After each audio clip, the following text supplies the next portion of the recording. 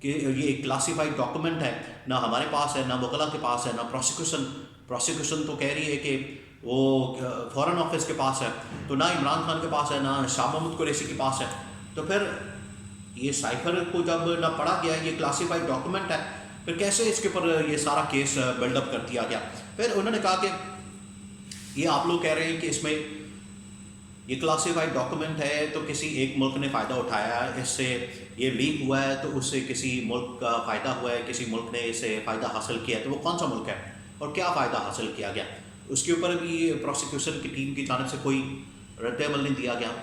اور ان کی جانب سے بالکل ہی خاموشی ان کے اوپر طاری ہو گئی، اور کچھ بھی نہیں ان کی جانب سے کہا گیا. ادھر ادھر دیکھتے رہے، ادھر ادھر جھانکتے رہے،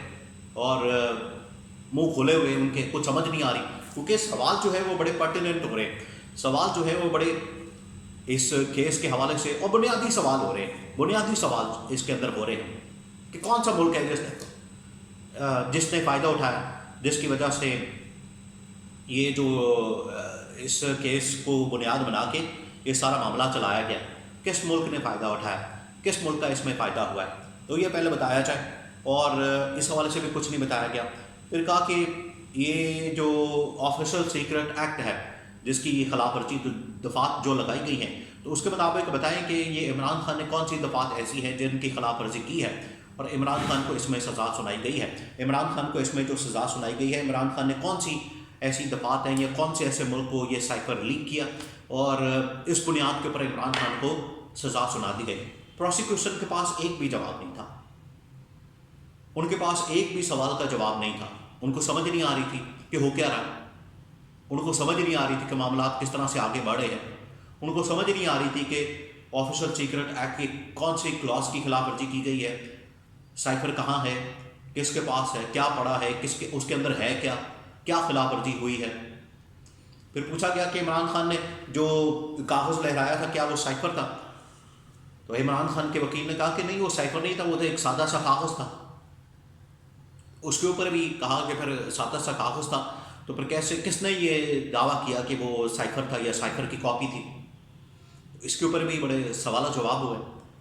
تو یہ تمام کے تمام سوال و جواب جو ثابت کرتے ہیں، جو عدالت کے اندر ہوئے ہیں، وہ ثابت کرتے ہیں کہ عمران خان کے اوپر جو مقدمہ ہے، ایک تو یہ بے بنیاد قسم کا، من گھڑت قسم کا، اور اس کے اندر کوئی ایسی ٹھوس بات موجود نہیں جس کی وجہ سے عمران خان کو اتنی لمبی چوڑی سزا دی جائے. اور اب آج اس کیس کے اندر کیا ڈیولپمنٹس ہونے جا رہی ہیں. آج اس کیس کے اندر جو تمام گواہ ہیں، خاص طور پر 2-3 جو بڑے اہم ترین گواہ ہیں، ایک تو ہے اعظم خان جو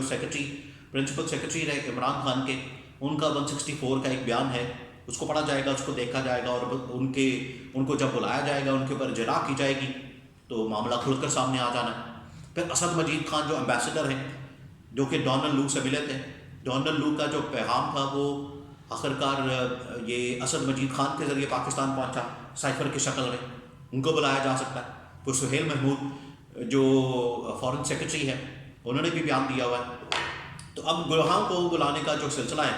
وہ شروع کیا جانا ہے، اور آج سے یہ گواہوں کو بلانے کا سلسلہ شروع ہوگا، اور یہ میکسیمم 2 سے 3 دن چلنا ہے. لیکن جس طرح سے عمران خان کو اس کیس کے اندر 24 گھنٹوں میں سزا سنا دی گئی، 24 سے کم از کم 36 گھنٹے لگے، اور عمران خان کو اس میں سزا سنا دی گئی. 24 سے 48 گھنٹے کا وقت لگا، اور عمران خان کو اس میں تقریباً کوئی 10-15 سال کی سزا سنا دی گئی، اور ساتھ میں شاہ محمود قریشی کو بھی سزا سنا دی گئی، اور اس میں باقی سارے بری ہو گئے، باقی سارے بچ گئے. تو جس طریقے سے اس کیس کو چلایا گیا ہے، جس طریقے سے اس کا ٹرائل کیا گیا ہے، جس طریقے سے اس کیس کو آگے بڑھایا گیا ہے، وہ زیادہ دیر تک اب ٹکنے والا نہیں ہے. اور جب ججز نے اسلام آباد ہائی کورٹ کے چیف جسٹس عامر فاروق اور جسٹس گل حسن اورنگزیب نے اس کے بارے میں سوال و جواب کیے ہیں، اس کے بارے میں استفسار کیا ہے، اس کے بارے میں پوچھا ہے، اس کے بارے میں ان سے مانگا ہے، ڈاکومنٹ مانگا ہے، ایویڈنس مانگا ہے. ان کے پاس کچھ تھا ہی نہیں، ان کے پاس دینے کے لیے، پریزنٹ کرنے کے لیے کچھ ہے ہی نہیں. یہ حالت ہے اس سائفر کیس کی. اور یہ صرف ایک کیس کی حالت نہیں ہے، ایک کیس کا مسئلہ نہیں ہے، معاملہ نہیں ہے.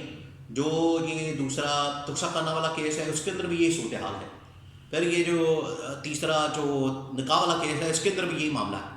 اور آگے اب جو 190 ملین پاؤنڈ کا کیس چلایا جا رہا ہے، اس کے اندر بھی یہی کچھ ہے. بے بنیاد سے مقدمات عمران خان کے اوپر بنا کے صرف اس وجہ سے کہ عمران خان کو پولیٹیکل وکٹمائزیشن کا نشانہ بنانا ہے اور عمران خان کو الیکشن سے آؤٹ کرنا مقصد تھا،